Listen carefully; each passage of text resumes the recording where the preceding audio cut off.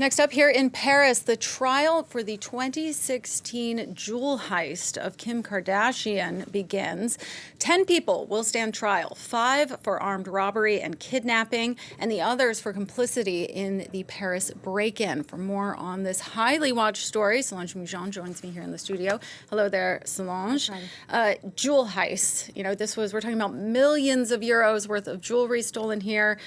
They often garner a lot of attention. This one particularly so because of who was involved. Yeah, most of us have been raised on films like The Italian Job and To Catch a Thief and The Pink Panther, or Hollywood depictions of jewel heists. And there is a certain romanticization and a draw when it comes to sparkling diamonds being nabbed and thieves being caught or not being caught. And this very real-life case, for it is not a Hollywood movie, or at least not yet, it touches on some of that, on the sensationalism of our collective public imagination. Now, why? Because, as you mentioned, Kim Kardashian, but also some of the stranger details about the heist, and we'll get to that in a second.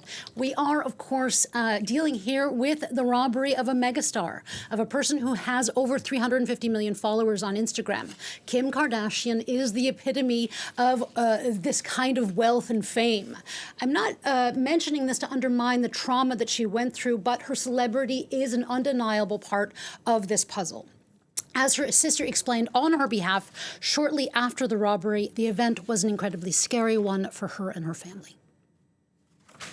Definitely, it's been an incredibly traumatic experience for Kim, and she's definitely taking some well-needed and much-deserved time off. And, you know, I think it's just a wake-up call for everybody. And no, I don't think anybody deserves anything like that to happen to them, no matter who you are or what you do.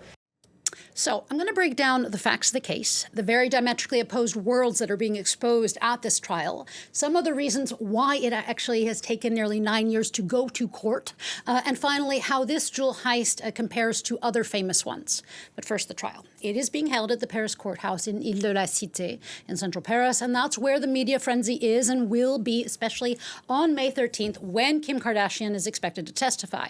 And then the trial is expected to run until May 23rd.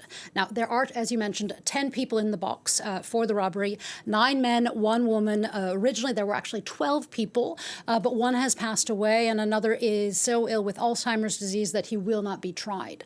And even among those that will be at the bar, one is deaf, so the proceedings will have to be retranscribed in real time, and another is undergoing cancer treatment, so the proceedings will have to juggle with the effects of his chemotherapy. The main suspects in this armed robbery are actually quite old, and they are were on the night of October 2nd to 3rd, 2016. The entire gang is actually being dubbed by the French media as les papis braqueurs, or granddad robbers. One of them actually wrote a book about his decision to take on the job despite what he says at the time no longer really being in the crime scene. Actually, it had been 9 years since I had done any thefts. I was doing odd jobs, then I was asked if I was interested in getting into this gig. After a lot of hesitation, the idea finally made its way because you think you're no longer capable of it. I'm too old, I can't do it anymore. Will I have the composure? And for a moment you believe in it, and then I said to myself, are you up for it or not? I dared, I took up the challenge and I did it. That's what I did. But as soon as it was done, I regretted it. The next day, I regretted it right away. Okay, Solange, so this one defendant says that he regrets his actions, but what are we hearing from the other men? Well, just 2 of the accused have partially confessed that their DNA was found at the scene, and the alleged mastermind Omarite Kedach, who is currently 69 years old, he said he didn't even know who Kim Kardashian was, nor did allegedly Abbas, who we just heard from.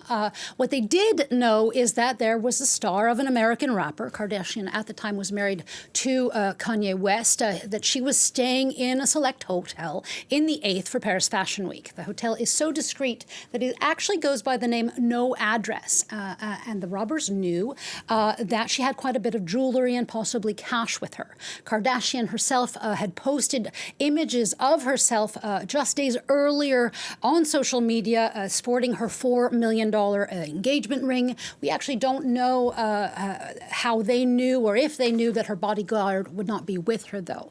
So at around 3 o'clock in the morning, they entered the hotel, forced the the concierge to take them to the wife of the rapper. Kardashian allegedly tried to call 911, which is not the number in France. It's 112 in Europe. Nonetheless, she tried to call for help and had her phone taken, and then was tied up and taken to a bathroom while armed robbers kept asking her in broken English for the ring.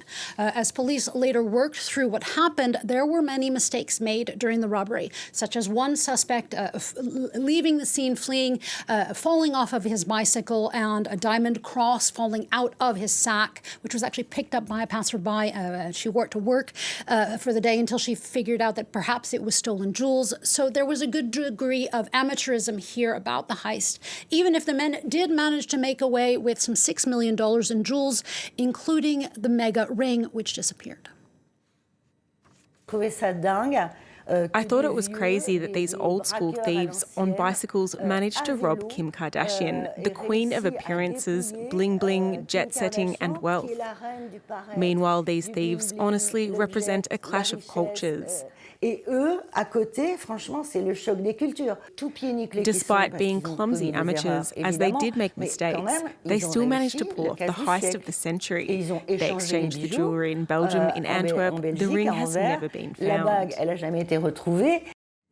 Now, this robbery, it was huge news when it happened almost 9 years ago. Why has it taken so long for this trial to take place, so long that some of the defendants have even died? Well, France is its judiciary is currently in the state of crisis, according to many judges.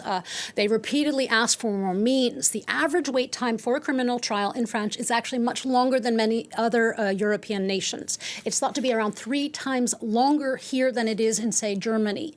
The average wait time for a criminal trial is 49 months or 4 years in France. And if you add to that the number of defendants in this heist, the spotlight on the case as well, an 8-year wait time is not unheard of. Actually, there are, according to last year's justice statistics, just under 4,000 cases waiting to be judged, or there were in 2023. That's nearly double the number from 5 years prior. So that long line of a number of cases waiting to be heard just keeps getting longer in France. Now, in regard to how this case stands up compared to other famous heists, well, some say it is the armed robbery of the century so far, and it might be when it comes to the theft of a single TV reality star. But it is not when it comes to the amount of diamonds that were taken.